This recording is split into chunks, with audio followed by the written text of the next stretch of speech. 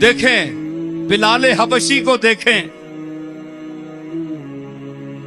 ظلم ہو رہا ہے، ستم ہو رہا ہے، اور تپتے ہوئے پتھروں پر ان کو لٹایا جا رہا ہے، مارا پیٹا جا رہا ہے، مگر یا احد کی آواز نکل رہی ہے، اور پھر بھی گردن جھک رہی ہے تو کملی والے کی طرف جھک رہی ہے۔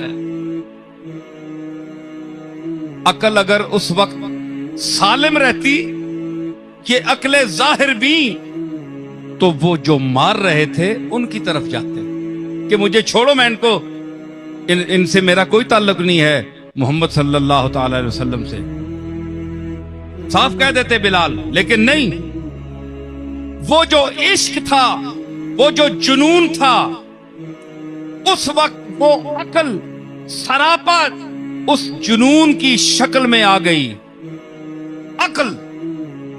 عقل نے جنون کا روپ دھار لیا۔